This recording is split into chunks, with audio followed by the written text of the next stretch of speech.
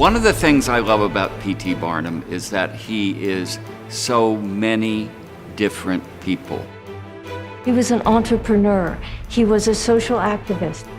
P.T. Barnum is almost a 21st century classic entrepreneur living in the 1800s. Nobody was a greater risk taker than P.T. Barnum.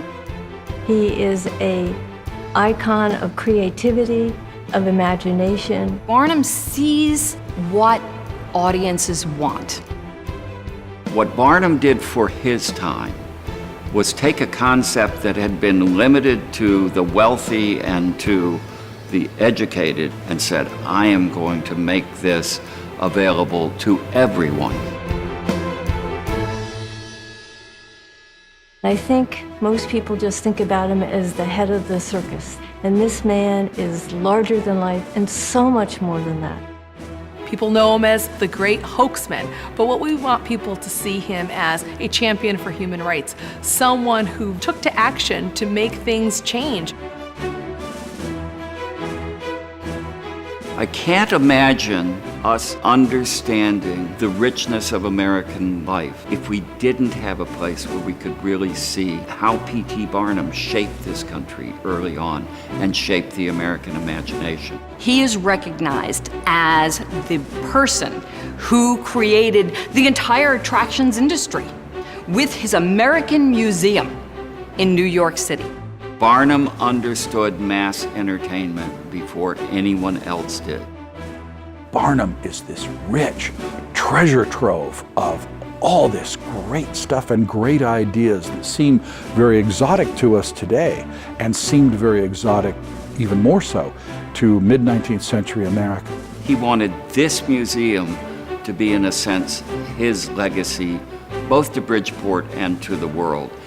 Anyone who comes to this building and walks around the outside, you'll get a sense of this man's desire to promote the things that improve society and the world, and his vision that all of us can have an important place in it if we're willing to do the work, to perform the service, and to take the risks. It contains within its walls all the magic and mystery and showmanship and theatricality that Barnum pioneered in his day.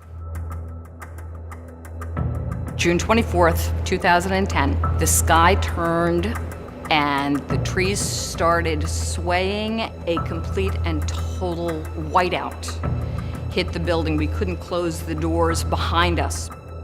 After everything settled and being able to see out the windows again, there was total devastation in downtown Bridgeport. Circling the block, my hope was that I was going to see the magnificent dome of the historic building still standing, and it was, but the windows were shattered, curtains were blowing all over. Coming into the building, glass covered and blanketed every exhibit. It was total devastation on the most important artifacts and relics of this 120-year-old institution. The museum staff went into action to try to just stabilize and assess the situation, and it was unbelievable. The work has not stopped. The building is not structurally safe for normal activities. We are still in the process of trying to get the building fixed. The vision of the new Barnum Museum is to take all of these wonderful things that Barnum himself used to excite the imagination of the American people in the 1800s and to put them in the context of a 21st century museum. The time to do this is now. The collection is in need of protection. The building, that wonderful building, is also in need of protection from the elements. This is an important place, and we need to do it right. We all need icons in our life. We all need people that will help us think differently and give us new ways of looking at the world.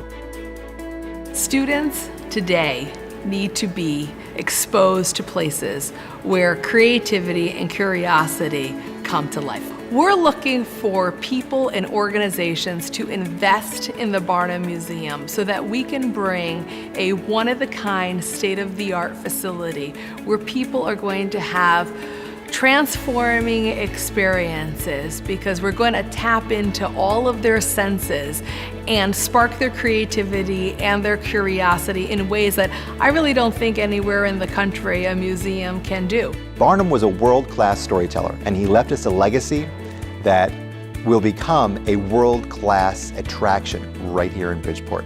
What worked then will still work now as we bring young people into an interest in science and history and the social history of the United States and the world. I think when all is said and done and the doors open, there's not going to be a person anywhere that won't say, this is the greatest, greatest show on earth.